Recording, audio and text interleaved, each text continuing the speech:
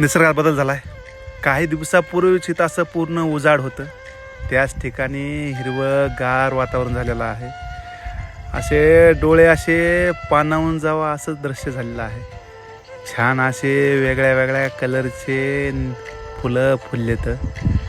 खाली हिरवंगार, वधी निळं, लाल, पिवळे, हिरवे असे वेगळ्या वेगळ्या कलरचे फुलं आहेत. भारी वाटतंय बघून, काय सुंदर वातावरण वाटतंय.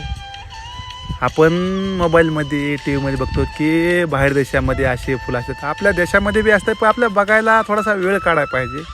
बाळाला लय फुलं आवडतात. बाळानं वेगळ्या वेगळ्या कलरचे फुलं काढून आणले, सोबत घेतले.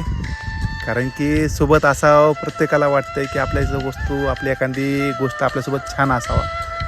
तसं निसर्गही जपणं पाहिजे. निसर्गात ह्या विविधता आहेत त्या आपण जपल्या पाहिजेत. चांगलं असे पांढरे कामुन्या पण आलेले आहेत. भारी वाटतंय. इकडं बघितलं तर साग असा पूर्ण असा फुलामध्ये भरून गेला आहे. वेगळ्या वेगळ्या कलरचे असे निसर्गामध्ये फुलं फुललेत.